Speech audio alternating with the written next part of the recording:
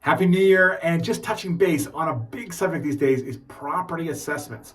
What's causing property assessments to be, in some cases, 30 and even 40% higher than the previous year? We're seeing people come in with house values over 725 in 2021, coming up with like 1.1 million for 2022. So what is your property assessment based on? And is that something we're even using? It's worthy to know that most of the time we don't even look at property assessments when it comes to lending values. In fact, there's maybe 5% of the time that even has a factor on what we use for the value. So that's really important to know.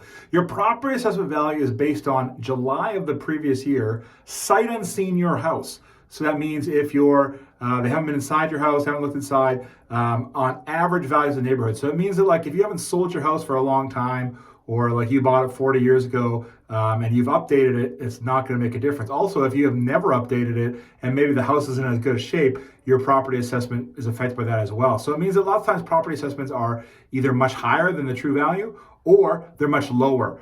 We see a lot of people have varying degrees of how they feel about this, but that's the end of the day. It's a July of the previous year average sight unseen values based on on the neighborhood. Now, it's important to know because a lot of people think in busy markets there's just stuff flying off the shelves, which is true. There's lots of things that are selling very quickly, but it also means there's not a lot of inventory. And so what happens is that you might get a situation where there was only a very few houses in your neighborhood that could have been sold, and a house could be not a very big comparable, but about moving that value up.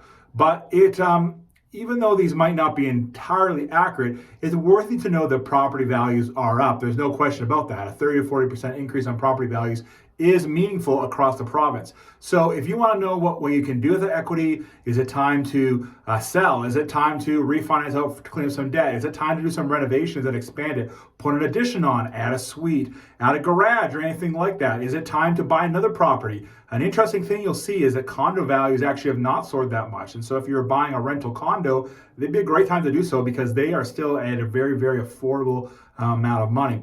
Is it time to buy condos? Is it time to look investing in other places?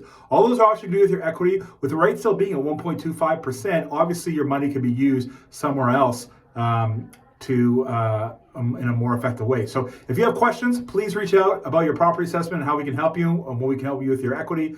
As always, please share this with your friends, subscribe, and leave a comment if you can. If you have any questions, we'd love to help you. Have a great day.